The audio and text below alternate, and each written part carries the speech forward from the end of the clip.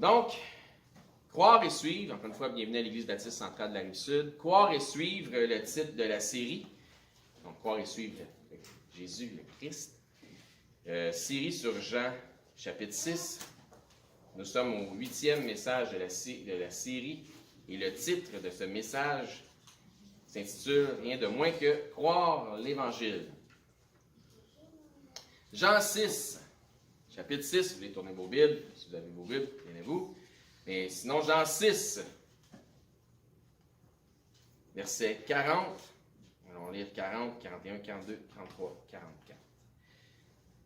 Jésus dit, « La volonté de mon Père, c'est que quiconque voit le Fils et croit en lui ait la vie éternelle. Et je le ressusciterai au dernier jour. » Les Juifs murmuraient à son sujet parce qu'il avait dit « Je suis le pain descendu du ciel. » Et il disait, « N'est-ce pas là Jésus, le fils de Joseph, celui dont nous connaissons le Père et la Mère? » Comment dire, pour qui il se prend? Comment donc, dit-il, je suis descendu du ciel? Ce que moi je trouve particulier, c'est que son père était sur le fait qu'il a dit, je suis celui qui croit en moi la vie éternelle, puis je le ressusciterai dans nos derniers jours. Non, comment ça qu'il dit qu'il est le pain descendu du ciel? C'est ce qui les a étonnés. Jésus leur répondit au verset 43, « Ne murmurez pas entre vous. Nul ne peut venir à moi si le Père qui m'a envoyé ne l'attire, et je le réitère. » Il dit, « Et je le ressusciterai au dernier jour. » Je vais demander à Marc Lacroix s'il veut ouvrir le culte en prière, s'il vous plaît. Amen. Donc, comme ça nous dit au verset 40, la volonté de mon Père, c'est que quiconque voit le Fils et croit en lui a la vie éternelle. Et je le ressusciterai au dernier jour. Si vous avez confessé Christ, si vous avez cru en l'évangile de Christ, Jésus vous ressuscitera au dernier jour. J'espère que vous croyez ça. Il y avait à l'époque deux factions religieuses prédominantes. Il y en avait d'autres, mais il y en avait deux plus prédominantes, qui étaient les pharisiens et les sadducéens. Ces deux, ceux qui étaient influencés par les pharisiens croyaient à la résurrection, puis ceux qui étaient influencés par les sadducéens, ils ne croyaient pas à la résurrection. Ils ne croyaient pas aux anges, ils ne croyaient pas à la résurrection, ils ne croyaient pas aux esprits. Pour notre part, si nous avons cru l'évangile de Jésus-Christ, il nous est primordial, dans notre foi, de croire à la résurrection des morts. C'est pour ça que j'ai dit, j'espère que vous croyez à ça. Paul va jusqu'à dire que si tu as confessé Christ, mais que tu ne crois pas à la résurrection des morts, tu n'es même pas sauvé. C'est ce que Paul dit. Il dit, tu as vainement confessé Christ si tu ne crois pas à la résurrection des morts. Donc, parfois, certains vous diront que tout ce qu'il y a à faire afin d'être sauvé, c'est de croire en Jésus. Et c'est vrai. Mais attention, parce que croire en Jésus-Christ, a une signification qui est plus large. Donc, oui, mais tu sais, en quel Jésus t'as cru? Ça pourrait être ça la question. Ou, qu'est-ce que tu crois concernant Jésus? Aussi, c'est important. Croire en Jésus implique de croire en l'évangile de Christ. Ce n'est pas simplement de croire au personnage, mais à la vérité du message concernant le personnage. Je vais donner un exemple d'un autre Jésus, le fameux Jésus du Da Vinci Code. Hein, c'est pas le bon Jésus, ça, là. Mais c'est un Jésus. Donc, le code Da Vinci. Nous trouvons dans un passage clair sur le sujet qui est dans 1 Corinthiens, au chapitre 15. Donc, on va regarder 1 Corinthiens 15, on va faire sauter quelques versets, mais si on commence au verset 1 quand même, ça nous dit « Je vous rappelle, frères », donc c'est Paul qui s'adresse à l'église de Corinthe, « Je vous rappelle, frères, l'évangile que je vous ai annoncé, que vous avez reçu, dans lequel vous avez persévéré, et par lequel, l'évangile, vous êtes sauvés, si conditionnel. Vous le retenez tel que je vous l'ai annoncé. Autrement, vous auriez cru en vain. » Lorsque Paul dit, qu'est-ce que Paul dit ici? Il dit, autrement, vous auriez cru en vain. Il dit, si tu passes du Jésus qui est ressuscité au Jésus du exemple du code Da Vinci, je garde juste un exemple que je donne. Ça peut être un autre Jésus, mais je parle entre le bon Jésus et le pas bon Jésus.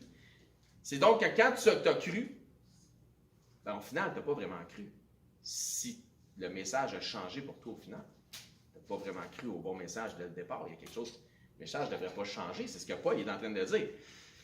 il dit que... Qu'est-ce que vous pensez que ça veut dire quand il dit « vous croyez, vous avez cru en vain », qu'est-ce que ça veut dire? Ça veut carrément dire, si tel est le cas, ben, vous n'êtes pas sauvé, là, il y a quelque chose qui ne marche pas dans votre profession de foi. Croire en vain, ça veut dire que c'est inutile, c'est sans effet. Ce que Paul dit, c'est que vous avez peut-être cru en quelque chose, mais certainement pas à l'Évangile de Christ. Il y a quelque chose qui vous manque dans le message, ou dans vos convictions concernant le message. C'est donc pas la foi que vous avez eue, parce que la foi vient de ce qu'on entend. Ce qu'on entend concernant la foi doit venir de la parole de Christ. Si donc vous croyez que vous avez la foi, puis votre foi n'est pas basée sur la parole de Christ, ou sur l'Évangile de Christ, vous avez cru en vain, parce que vous n'avez pas réellement cru. Il y a quelque chose qui ne marche pas. Ce n'était pas réellement le fruit d'une conviction, selon l'Évangile. 1 Corinthiens 15, verset 1, toujours, je vous rappelle, je répète, donc je le relis. Je vous rappelle, frères, l'évangile que je vous ai annoncé. Paul leur annonçait un évangile, une bonne nouvelle, que vous avez reçu, donc ce que je vous ai annoncé, vous l'avez reçu, dans lequel vous avez persévéré, ça c'est une bonne nouvelle, et par lequel vous êtes sauvés, par l'évangile que vous avez reçu, que je vous ai annoncé, si vous le retenez tel que je vous l'ai annoncé. Si vous changez le message que je vous ai donné, si ce n'est pas à ça que vous croyez, vous auriez cru en vain. Paul ne niaise pas ici. Il prend ça très au sérieux. C'est une mise en garde qu'il fait à ceux de l'Église de Corinthe. Le message de l'apôtre ici n'est pas le message de la prédication moyenne des évangéliques ou ce qu'on entend habituellement, que tout le monde dans l'assemblée il est bon, il est beau, puis il va aller au ciel. Il prend ça très au sérieux. Au contraire, c'est exactement le contraire. Il dit, c'est par l'Évangile que je vous ai annoncé, en lequel vous avez cru, que vous avez été sauvés. Si vous en avez racheté des parties, si vous n'y avez pas entièrement, véritablement cru, vous avez donc fait une fausse profession de foi. Vous vous êtes séduit vous-même. Retenez le mot vain quand il dit cru en vain. Ça revient quelques fois dans 1 Corinthiens 15, on va le revoir. Ça confirme ce que je vous dis concernant le fait que Paul dit que dans ceux de l'Église de Corinthe, il y en a qui n'étaient pas sauvés. N'oubliez pas, l'Église de Corinthe, c'est une église extrêmement mélangée aussi, avec toutes des factions de doctrine, beaucoup de divisions. Donc, quelle est en partie, je dis bien en partie, l'évangile que Paul leur a prêché à l'Église de Corinthe? Verset 3 de 1 Corinthiens 15, il dit « Je vous ai enseigné avant tout. » Donc, ça a commencé par. Voici ce qui a été le début de ce que je vous ai annoncé, puis qui est important, que vous ne changiez pas. Comme je l'avais aussi reçu, donc ce n'est pas une lubie paulienne, ça n'est pas, c'est pas Paul, il n'a pas inventé l'Évangile. Il l'a reçu lui-même, et de ce qu'il a reçu, il l'a transmis comme il l'a reçu. Donc si je le reçois d'une façon, et je vous le transmets de la même façon que je l'ai reçu, pourquoi est-ce que vous changeriez le message de ce que je vous ai donné? Donc ça doit se transmettre et rester tel quel. Il dit ce que j'ai reçu, ce que je vous ai annoncé, c'est que Christ est mort pour nos péchés selon les Écritures. Il dit encore une fois, ce n'est pas une lubie.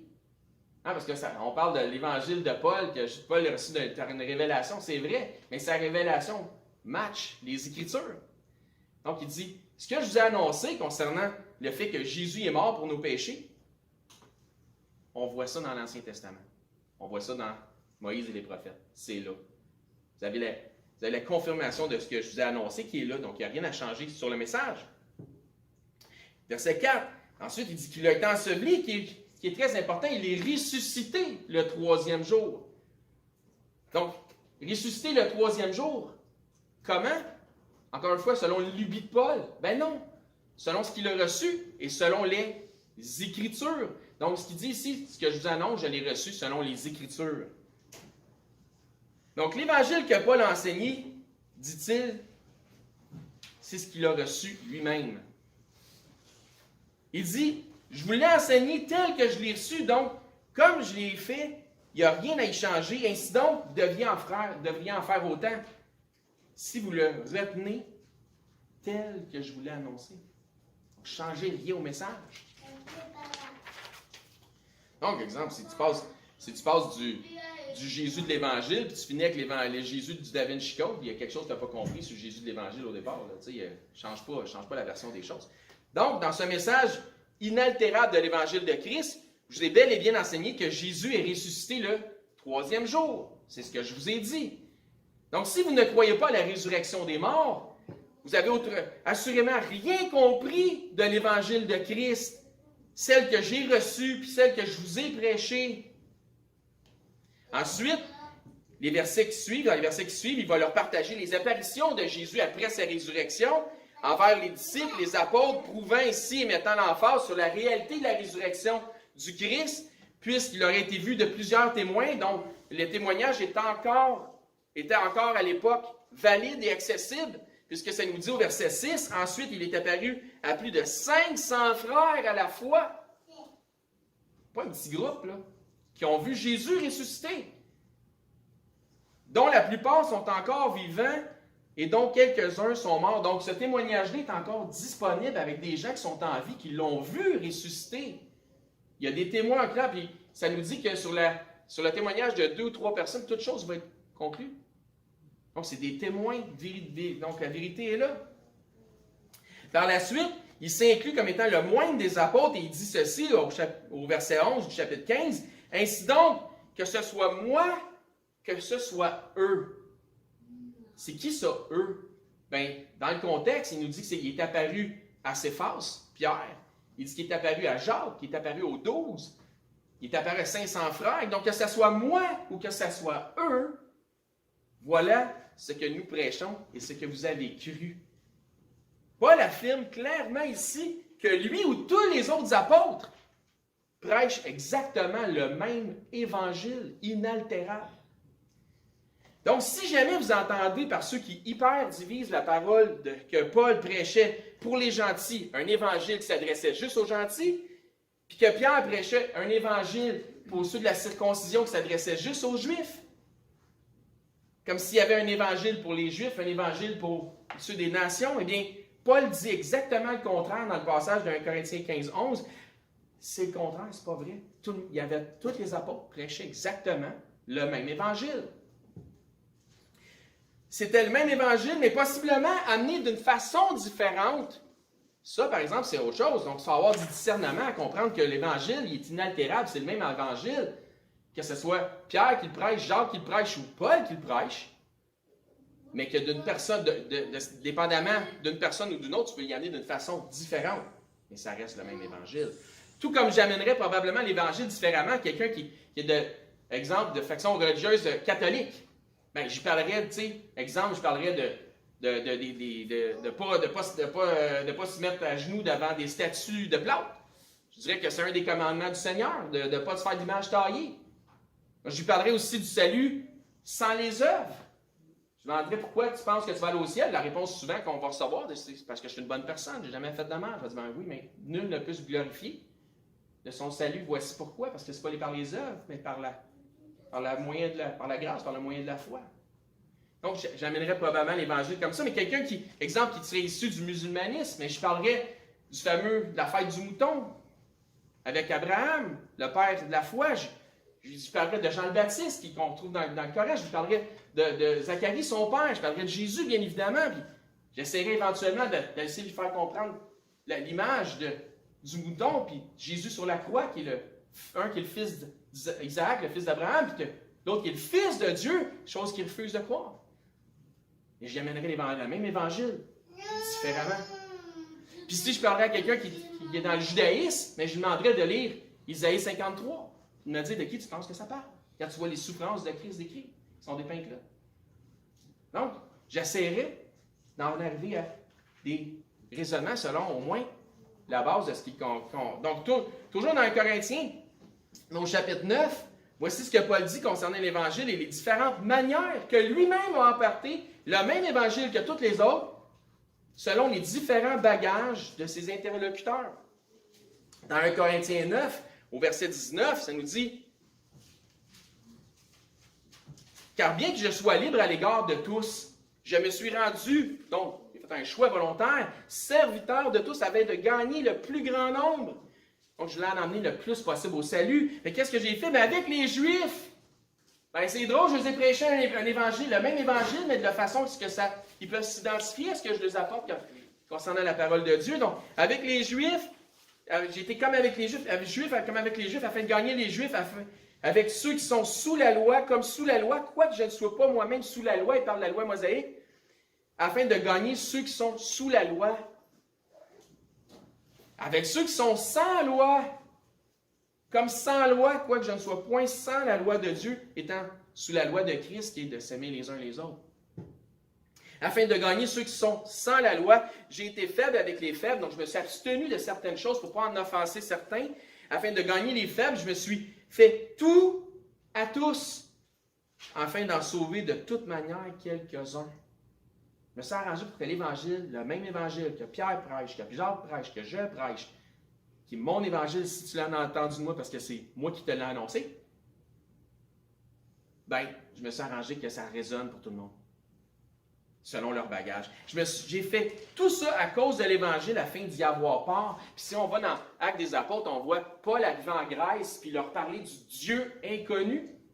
Il va prendre ce qu'il croit, il va le transformer pour la gloire de Christ, pour les emmener l'Évangile de Jésus-Christ. Donc, le même Évangile apporté différemment, s'adaptant au bagage de chacun. Personnellement, c'est exactement ce que je fais quand j'évangélise une personne. J'essaie toujours d'avoir une idée de son bagage spirituel. Des fois, ils sont dans le spiritisme, ils sont dans toutes sortes de choses. Donc, je m'intéresse à la personne à partir de son bagage, puis je fais des applications de ce que la Bible enseigne avec son bagage. Puis j'évangélise la personne. Je lui parle de Jésus. J'ai dit plutôt que vous devriez retenir le mot vain. V-A-I-N. Comme lorsqu'il dit, vous auriez cru en vain. Ça revient quelquefois dans 1 Corinthiens 15, puis ça confirme ce que je vous ai dit concernant le fait que Paul disait que certains dans l'église de Corinthe, selon lui, ben, ils n'étaient pas sauvés. Il avait vraiment confessé Christ, mais il ne croyait pas au vrai message de l'Évangile. 1 Corinthiens 15, 11. Il dit ainsi donc, que ce soit moi, que ce soit eux, voilà ce que nous prêchons, et c'est ce que vous avez cru. Gloire à Dieu. Mais moi ou les autres apôtres, on prêche le même évangile, donc que vous dites de Paul, de Céphas, d'Apollos ou de Christ, parce que c'était ça qui était le problème de Corinthe. Il y avait des divisions, il y en a qui vous disent de Céphas, de Paul, d'Apollos, de Christ. Il dit, hey, Paul, est-ce qu'il a été sacrifié pour vous, est-ce qu'il est mort pour vous? Mais non. Il dit que vous dites de peu importe, ça ne devrait faire aucune différence parce qu'on a tous le même évangile. C'est tout le même message que ces hommes-là ont apporté. Christ a emmené le même évangile que Paul pendant son temps, son ministère. Verset 12. Or, si l'on prêche que Christ est ressuscité des morts, là, c'est l'interrogation de Paul là, ici. Il dit, comment quelques-uns parmi vous disent-ils qu'il n'y a point de résurrection des morts? Il dit, c'est ça le message qu'on vous a amené. Comment ça qu'il y en a dans Corinthe que vous croyez qu'il n'y a pas de résurrection des morts? Êtes-vous en train de me dire que vous n'avez pas réellement cru à l'Évangile que nous prêchons? Verset 13, s'il n'y a point de résurrection des morts, il va devenir un peu sarcastique quand il va démontrer le contraire d'une chose pour démontrer la réalité d'une chose. Il dit, s'il n'y a pas de résurrection des morts, Christ non plus n'est pas ressuscité. Il dit, voyons donc, ça ne marche pas. Et si Christ n'est pas ressuscité, donc, retenez le mot vain, si notre prédication est donc vaine, et votre foi aussi est vaine.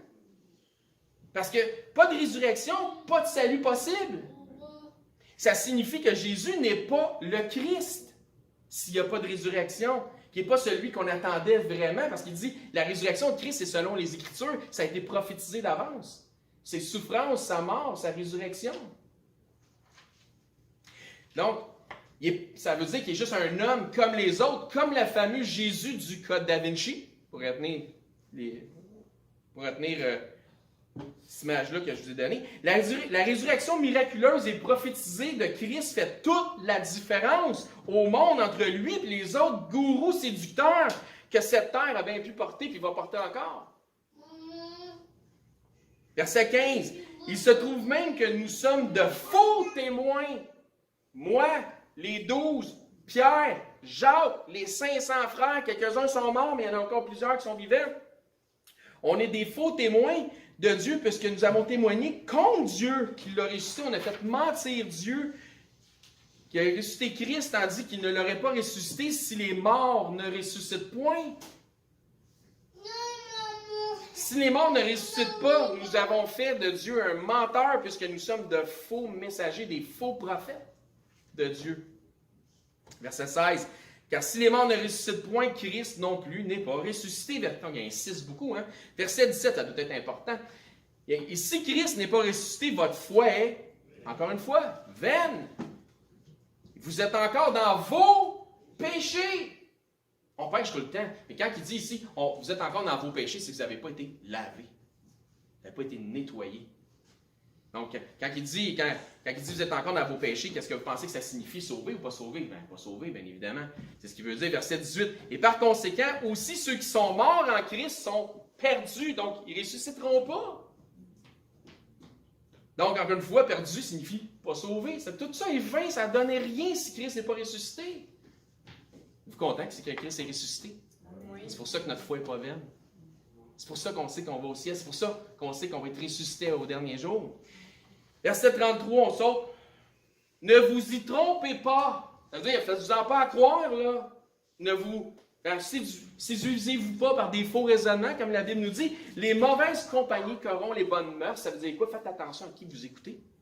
Verset 34. Revenez à vous-même. À un moment donné, vous avez cru ça, mais là, c'est comme vous ne le croyez plus. Comme il est convenable, et ne péchez point, car c'est un péché. Car quelques-uns ne connaissent pas Dieu. Je le dis à votre honte. Donc, si tu n'es pas connu de Dieu, tu ne connais pas Dieu. Quand tu vas arriver à un moment donné, tu vas dire « Hey, on n'a pas fait des miracles en ton nom, je ne te connais pas. »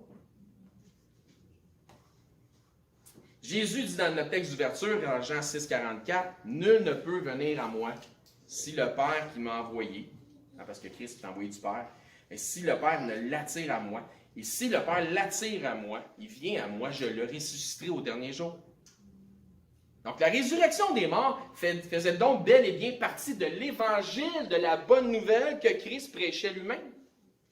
Comme Paul, comme Pierre, comme Jacques, comme les autres apôtres, comme tous ceux qui devraient prêcher le vrai évangile de Christ.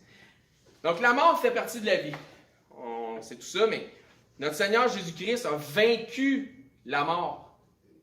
Victorieux, il est sorti du tombeau et toute puissance lui a maintenant été donnée sur la terre comme au ciel.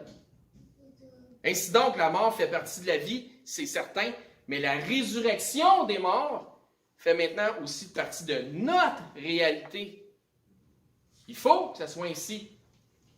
Paul, dans 1 Corinthiens 15, continue à les mettre en garde, comme le fait aussi quand il le fait avec ceux de Galates, quand il leur dit de faire attention à qui ils écoutent, parce que c'est pas normal que tous les vrais disciples et apôtres de Christ prêchent la résurrection, mais que certains d'entre eux, semble-t-il, même s'ils ont professé Christ, passés par les eaux du baptême, se promènent avec la Bible en dessous du bras, vont à l'église, à tous les dimanches, dans l'église de Corinthe, mais ne croient pas à la résurrection des morts. Il dit, il y a quelque chose qui ne marche pas. L'équation n'est pas bonne.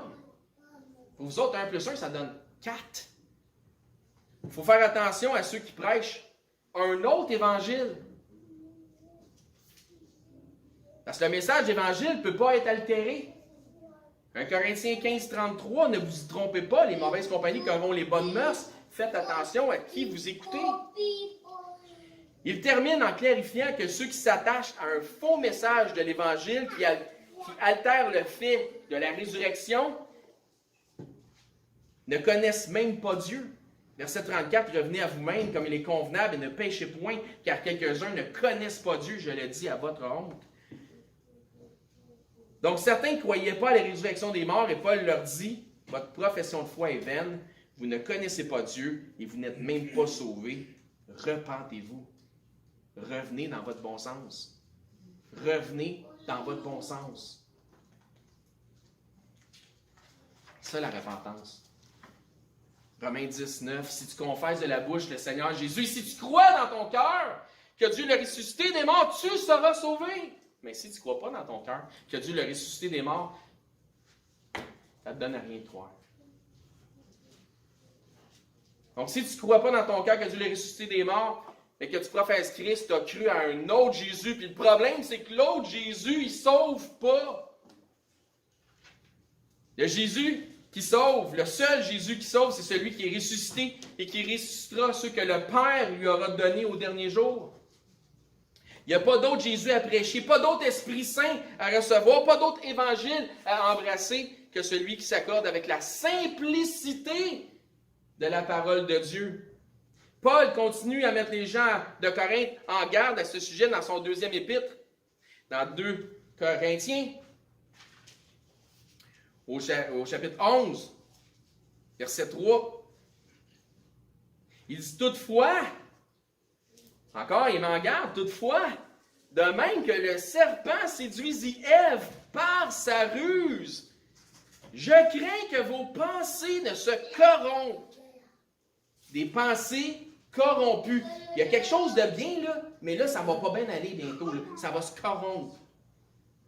Et ne se détourne de la simplicité à l'égard de Christ. Si tu te détournes de la simplicité de Christ, ça s'appelle des pensées corrompues. Ça veut dire que tu te tournes vers quelque chose de compliqué concernant Christ. Puis Christ, il n'y a rien de compliqué. La parole de Dieu n'est pas compliquée. La simplicité de Christ. Qu'est-ce qu'il a fait le serpent dans le jardin?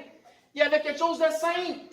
Ne mange pas le fruit de l'arbre de la connaissance du bien et du mal, car au jour où tu en mangeras, certainement tu mourras. Puis le serpent dit, ben non, c'est pas ça que Dieu veut dire. Laisse-moi t'expliquer ce qui est compliqué. C'est parce qu'au jour où tu vas en manger, Dieu sait que tes yeux vont s'ouvrir. Puis tu vas être comme un Dieu. C'était simple. Ils se sont détournés de la simplicité de ce que Dieu avait dit. Mangeant pas. Oh, peut-être qu'on en mange. C'est pas une mauvaise idée. Mauvaise idée. Verset 4. Car si quelqu'un vient vous prêcher un autre Jésus, c'est le Jésus qui ne sauve pas. Un autre Jésus que celui que nous avons prêché, ou si vous recevez un autre esprit que celui que vous avez reçu, ou un autre évangile que celui que vous avez embrassé, vous le supporteriez fort bien. Supportez pas ça qui dit. Si quelqu'un vous annonce un autre Jésus, un autre évangile, c'est insupportable. Supportez-les pas. Faites pas comme, c'est intéressant ce que tu dis. Non, taboite. Tu blasphèmes le Seigneur. Mais ceux qui tentent de rendre la parole de Dieu autre chose que simple, donc sophistiquée, complexe, c'est des grosses théologies bien compliquées, trop souvent tordent les Écritures pour arriver à leur conclusion. Ils se détournent de la simplicité de Christ.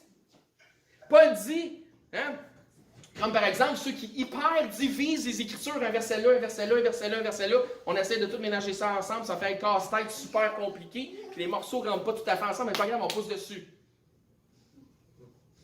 Paul dit, vous avez reçu l'Évangile, gardez ça simple et laissez juste les Écritures dire ce qu'elles disent. Donc, à l'époque du ministère de Paul, il y avait 2 faux évangiles d'un faux Jésus, un faux évangile qui niait la résurrection. Mais concernant la résurrection, il y avait déjà à l'époque 2 extrêmes de faux évangiles. L'extrême de « il n'y a pas de résurrection ». Puis voici l'autre extrême dans 2 Timothée au chapitre 2.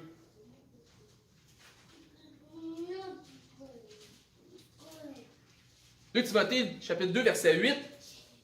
Paul, Timothée, il dit « Souviens-toi de Jésus-Christ, issu de la postérité de David, selon les Écritures, ressuscité des morts, selon les Écritures, selon mon évangile. » Pourquoi il dit c'est mon évangile? Ben, c'est moi qui te l'ai prêché.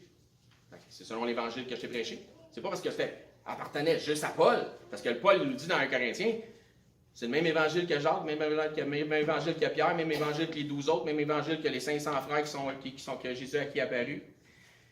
Donc, son évangile, bien oui, un peu comme je dis, mon Église. Puis vous êtes en mesure de dire, si vous venez ici, mon Église. Ça ne vous appartient pas, mais c'est votre Église. Même affaire, c'est son évangile. Verset 11. Cette parole est certaine. Certaine. Vous savez ce que ça veut dire, ça? Parfait. Si nous sommes morts avec lui, nous vivrons aussi avec lui. Donc, il fait une analogie au sujet de la résurrection. Verset 15. Efforce-toi de te présenter devant Dieu comme un homme éprouvé. Donc, tu as fait tes études. Je ne veux pas dire que tu es parfait, mais tu as fait tes études. Il dit ensuite, un ouvrier qui n'a point à rougir, sauf s'il fait chaud. Là, je pense que je vais aller pas mettre un peu rose. qui dispense droitement la parole de vérité. C'est spécial que certains font toute une doctrine avec ce passage-là où ce que ça dit, justement, quand petit père divise, tu vas prendre juste ce petit bout-là qui dispense vraiment, mais en anglais, ça dit « rightly dividing », mais il wrongly divide, donc il divise tout croche.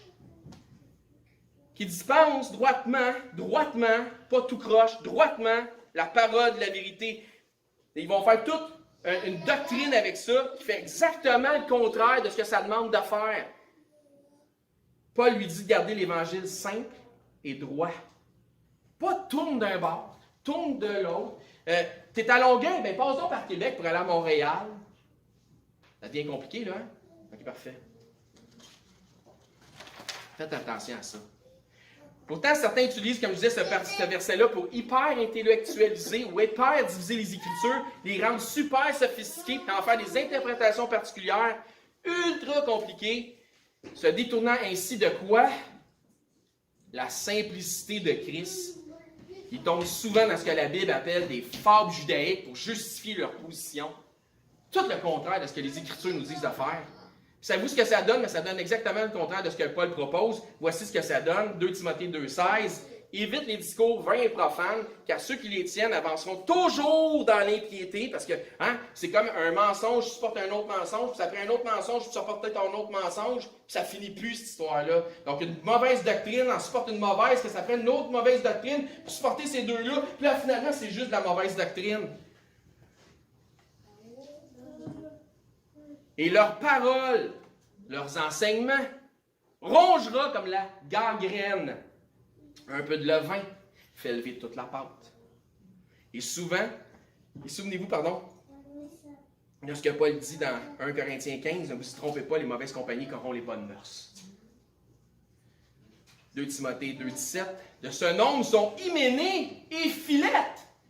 Qui ça? Ceux qui sont tombés dans l'impiété, que leurs paroles rongent comme la gangrène, des discours profanes. Hyménée et Philette. Eh bien, Paul ose nommer des gens par leur prénom. Tu parles, toi. Il y a bien des chrétiens aujourd'hui qui diraient de nos jours à Paul, qui reprendraient Paul en disant « Écoute, ça c'est contentieux ce que tu fais.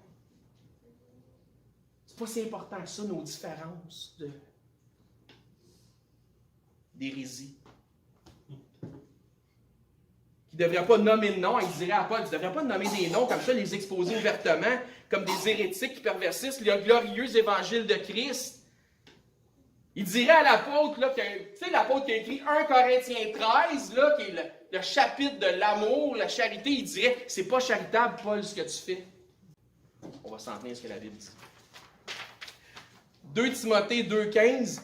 Efforce-toi de te présenter devant Dieu comme un homme éprouvé, un ouvrier qui n'a point à rougir, qui dispense droitement de la parole, de la vérité. Dispenser droitement, rightly dividing. OK, comme ça dit en anglais, veut simplement dire bien présenter les Écritures. Ça ne veut pas dire de prendre des versets à gauche, à droite et en faire quelque chose de tout croche. D'en faire une bonne application, simple, selon la simplicité de Christ. Si ça devient trop compliqué, tu te détournes de la simplicité de Christ. C'est pas compliqué. C'est simple. Je pense que c'est clair.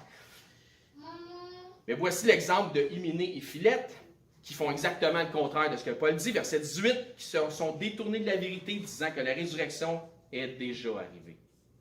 Donc voyez-vous, il y avait la résurrection n'existe pas, il y avait la résurrection est déjà arrivée. Qui renverse la foi de quelques-uns. Parce que la foi de quelques-uns devait être que Jésus est ressuscité puis qu'il va vous les ressusciter au dernier jour. Puis là, c'est comme, ben non, les derniers jours sont déjà arrivés. La résurrection a déjà eu lieu. Ben non, c'était pas vrai, c'est du mensonge. Il y a certains ministères qui sont partis sur des bonnes bases, un peu comme Hyménée Philette, certains qui étaient partis sur des bonnes bases au début. Donc il y a certains ministères qui sont partis sur des bonnes bases, mais qui, parce qu'ils ont laissé des doctrines étrangères s'incruster, ont complètement changé de cap. Donc, deux doctrines pernicieuses concernant la résurrection. La résurrection des morts n'existe pas, ou la résurrection a déjà eu lieu. Pour nous autres qui avons confessé Christ, gloire à Dieu pour sa résurrection, la résurrection de Jésus. Gloire à Dieu parce que Jésus revient. Gloire à Dieu parce qu'un jour, au dernier jour, il nous ressuscitera. Ainsi, nous serons tous semblables à lui, avec un corps glorifié et sans infirmité.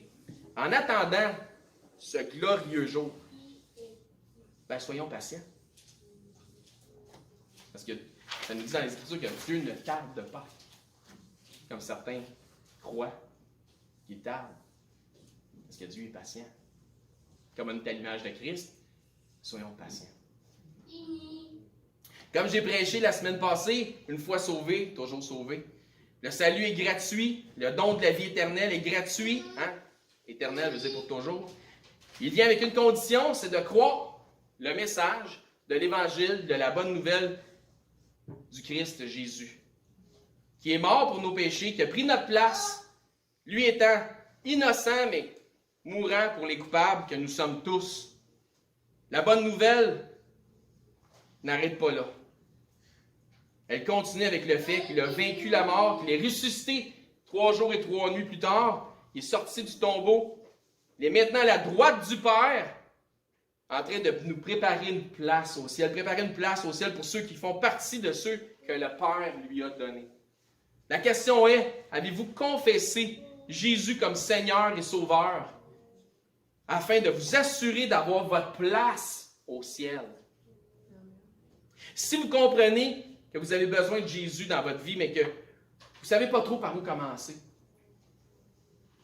que vous écoutez en ligne, vous faites partie de l'Assemblée, communiquez avec nous, venez nous voir, on va prendre le temps de vous expliquer la simplicité de l'Évangile de Christ, afin que vous puissiez avoir cette assurance que personne ne va pouvoir vous enlever de la vie éternelle en Jésus-Christ. Amen. Amen. Je vais demander à Bélisaire s'il veut nous fermer le culte en prière. Merci beaucoup.